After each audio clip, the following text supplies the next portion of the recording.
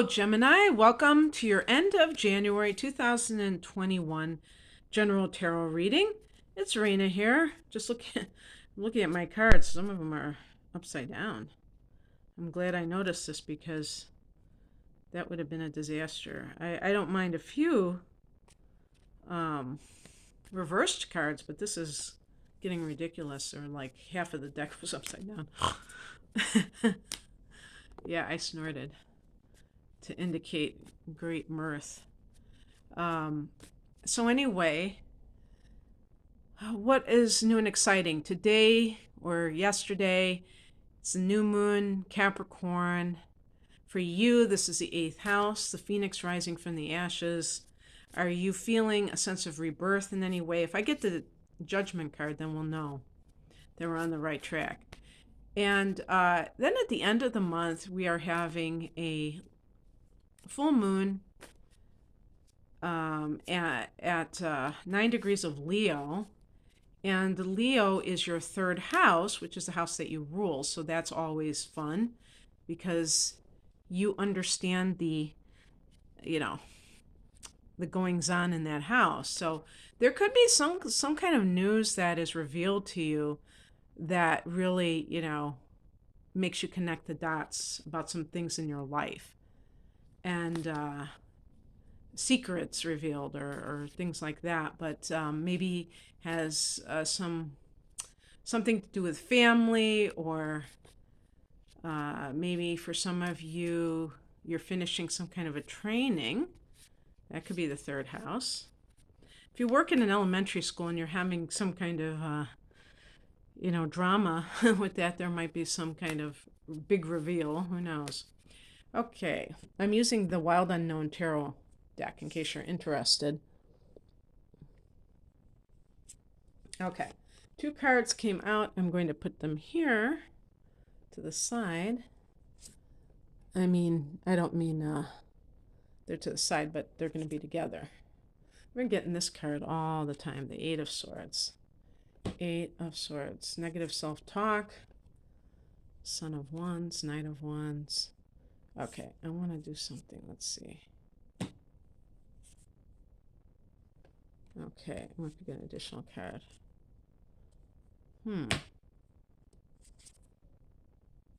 Okay.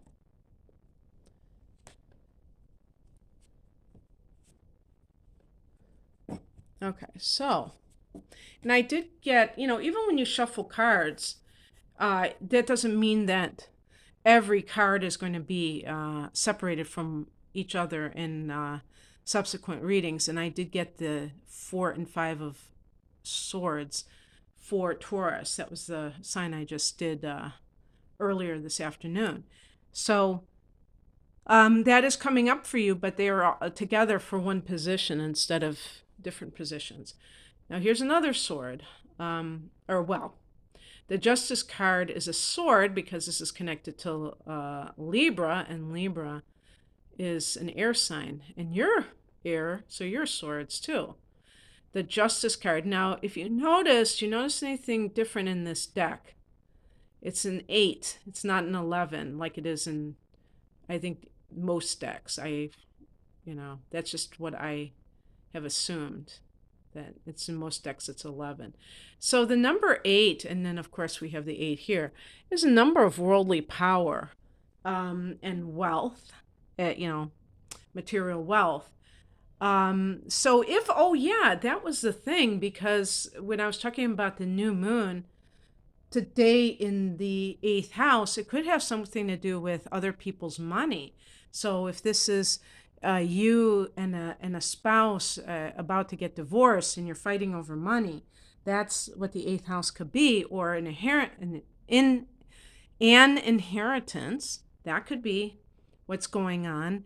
And justice, it's in the upright position, but maybe calling in the justice system because of this, because we have in the past position, we have the 4 and 5 of Swords. Now, what I see here with the 4 of Swords, more of a divorce situation where there was a separation, maybe so that you could get your head straight, to find out, what you wanted to do or whatever, and whatever, for whatever reason, people get separated. And I'm sure that even the person who doesn't want the divorce may sometimes agree to a separation. And then we have the Five of Swords, which is more about slander, behind the scenes, goings ons, and things like that. So perhaps you have been the victim of a smear campaign on behalf of this other person. And yes, you know what? This could also relate to the workplace. So I don't want to make this just about personal relationships, although, I have here as the higher message, the Ten of Cups in the challenge position. And this is the card that's connected to family, harmony, and marriage, and things like that. So it can be that upside down, something being turned, the something turned upside down in that, a happy marriage that is now two people at each other's throats. How did it get that way? And kind of saying, wow, how do we go from there to where we are right now? And in the midst of all of that can be this feeling of, if you have children and they are impacted, but also the happily ever after that never was, that kind of thing. So now I understand why I got the Five of Cups, because that's a card of grieving the loss of something.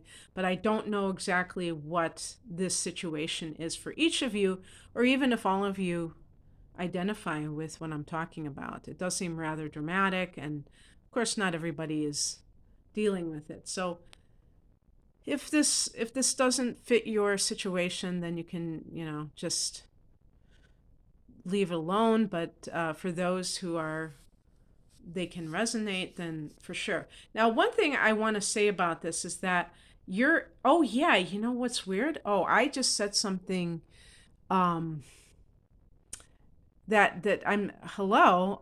You have a lot happening.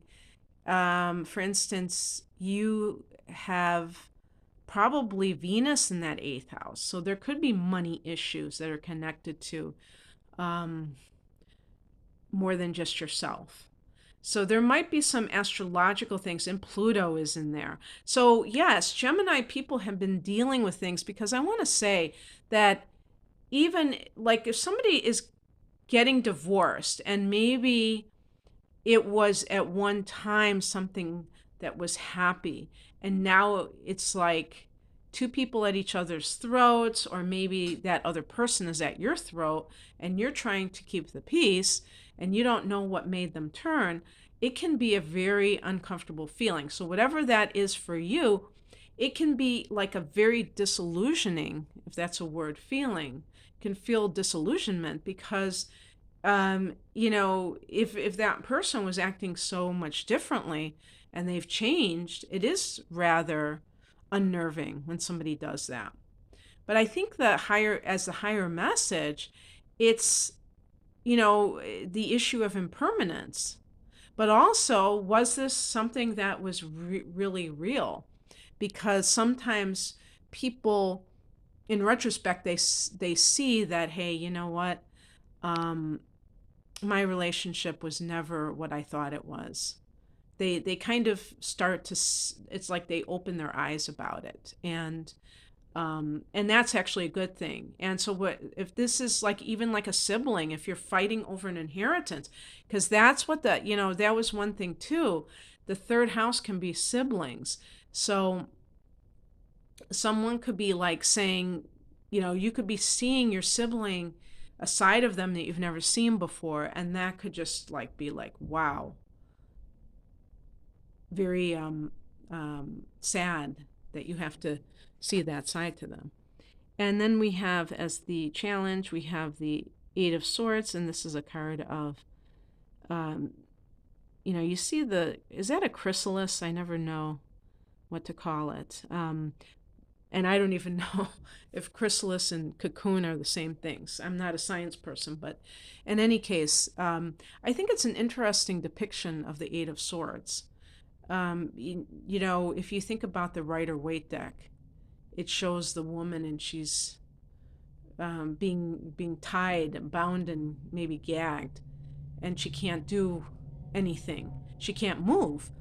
But it's really about her doing that to herself with her own self-limiting beliefs. So that's one way to draw it. But you think about this card, and they are doing something completely different, but you think about the butterfly, and what that represents is that transformation. And that's also what I'm talking about with the eighth house, is transformation with the new moon there. So that idea of that stage right before you're emerging, but that's where all of the doubt, where it comes in. So being able to um, know if you feel like you are in the right, not to question yourself, second guess yourself about something, because other people may try to make it like you're the one who's the bad guy and you're doing something wrong, even if you're not. And so what's coming in? We have the Son of Wands. Sorry about the lack of focus. I just got my other camera replacement, and it must be some kind of setting on this, because I can see in the back that it's more focused. So maybe I put some blur on there for not knowing. But the Son of Wands is the Knight of Wands, and this is about bold kinds of action. And so getting kind of like a lot different than that Eight of Swords. So maybe finding your courage in this situation, and asserting yourself, or removing yourself from other people's drama, doing your own thing, and being I would say also being unattached, detached, from the consequences of it, because it might be that these people are trying to throw you off your game, whatever is going on here. And if you're able to um,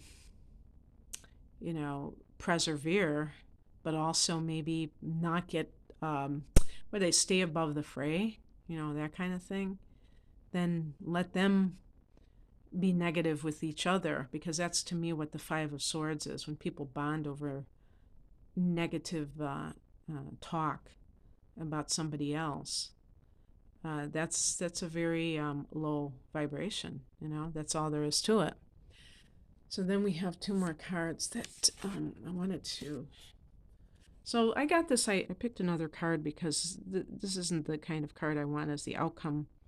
You know, the Five of Cups is grief, and feeling that sense of loss. And you see the they use a horse in this, but that dejection that comes sometimes from that disillusionment, when you think that you know somebody and they do something that you did not expect.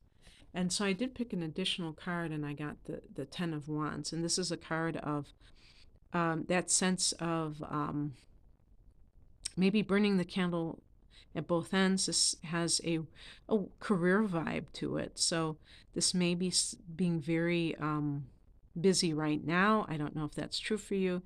And that might be the very best thing to do. And even if this is related to your work, if you have some kind of a legal matter and stuff, something like that, you can still just do your own job, and do a thorough job, and um, don't allow yourself, stay above the fray. Don't allow yourself to get sucked into this drama. The swords can relate to drama, and you have several of these cards here. So that might be what is going on. So anyway, I hope that this resonated with you, Gemini. If you would like a private reading, the link is below. Take care. Bye.